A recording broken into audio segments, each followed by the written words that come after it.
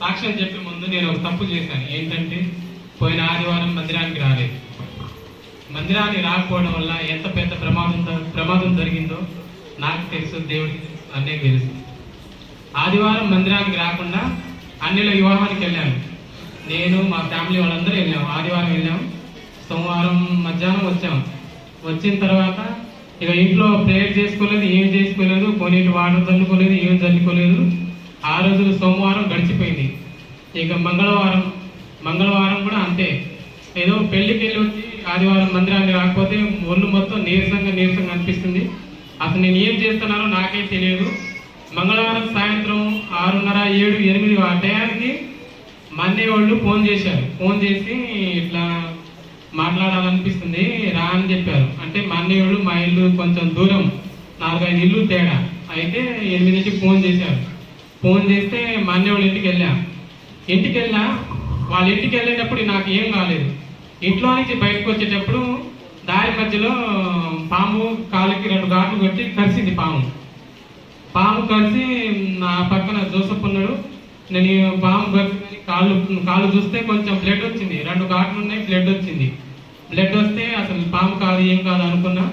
Joseph చూసిండు. చూసి వెనక నేను కూడా చూస్తే బ్లాక్ కలర్ నల్లగుంది పాము. నల్లగుంది, కొంచెం పెద్దగానే ఉంది పాము కరిస్తే నాకేం కాలేదని ఆ కరిసిన చోట ప్రార్థన చేసుకున్న తర్వాత దేనికైనా మంచిదని ఆర్ఎంపీ డాక్టర్ దగ్గర కూడా వెళ్ళాం. ఆర్ఎంపీ డాక్టర్ దగ్గరికి వెళ్తే ఆయన ఒక ఆయింట్మెంట్ ఇచ్చిండు. ఆయింట్మెంట్ ఘాట్ల దగ్గర ఒక 2 డ్రాప్స్ వేసేసరికి బాగా మంట వచ్చింది. మంట వస్తే అమ్మ దీనికి నా దగ్గర ట్రీట్మెంట్ అంటే ఏం లేదు, నువ్వు వెంటనే గవర్నమెంట్ హాస్పిటల్ వెళ్ళాలని చెప్పిండు. గవర్నమెంట్ హాస్పిటల్ అని చెప్పేసరికి ఇక నేను మా అక్క వాళ్ళ ఇంటికి వెళ్ళా, అంటే జోసఫ్ వాళ్ళ ఇంటికి వెళ్ళా. ఇంటికి వెళ్ళిన తర్వాత వాళ్ళ ఇంటికి వెళ్ళి ఏసు రక్తం కాలుకి పూసింది. కాళ్ళకి ఏసు రక్తం మొత్తం మంచిగా కడిగింది. తర్వాత ఇక అన్నయ్యకి ఫోన్ చేసినాం.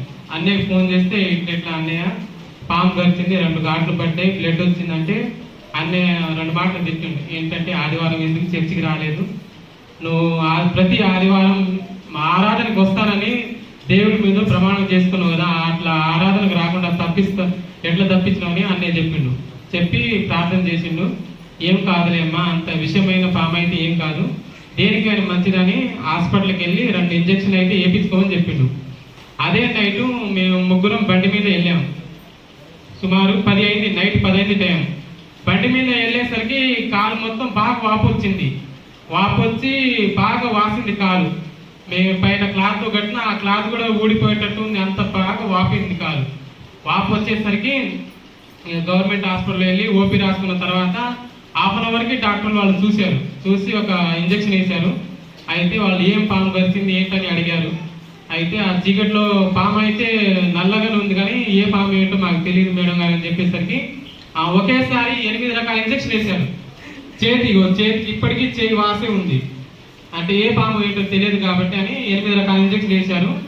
తర్వాత గ్లూకోజ్ ఎక్కించారు. గ్లూకోజ్ ఎక్కిన తర్వాత నైట్ 12కి మళ్ళీ అన్నయ్య ఫోన్ చేసి ఇప్పుడు ఎలా ఉంది, బాగుందా అంటే బాగానే ఉందన్న, పర్వాలేదు, గ్లూకోజ్ ఎక్కిస్తున్నారు, ఈ ఒక నైట్ ఇక్కడ ఉండాలని చెప్తున్నాను డాక్టర్లు. అంటే ఏం కాదులే, ఒక నైట్ ఉండి రేపు పొద్దున వెళ్ళిపోమని చెప్పిండు అన్నయ్య.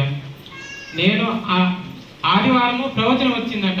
నేను ఆ మందిరానికి రాలేదు కదా, నాకు తెలియదు కదా, 3 యవనస్తులకు మరణం వస్తుందని ప్రవచనం వచ్చిందట. నేను మందిరానికి వస్తే నాకు ఆ ప్రవచనం వినేవాడిని, కొంచెం జాగ్రత్తగా ఉండేవాడిని.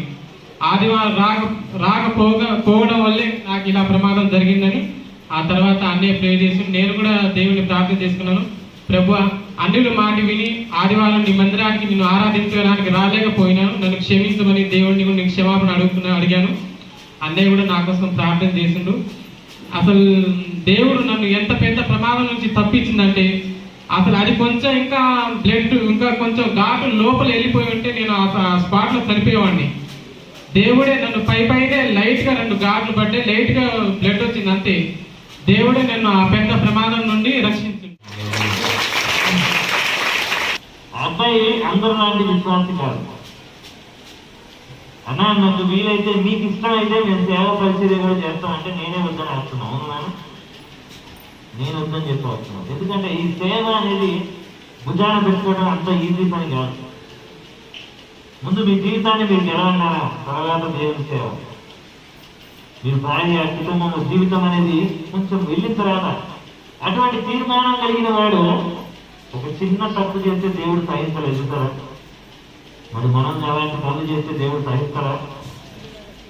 దేవుని ఆలయాన్ని ఆరాధనని పక్కన పెడితే సహిస్తారా? ఒకవేళ ఇక్కడ కూర్చుంటే తమ్ముడికి ఏమైందో ముందే తెలిసేది, తెలుస్తుందే కాదు, కాపాడుకునే వాళ్ళనే కాదు. మరి ఎంత ప్రమాదము, అది విష సర్పం కాటేసింది, లేకుంటే కాయలు వాస్తుందా?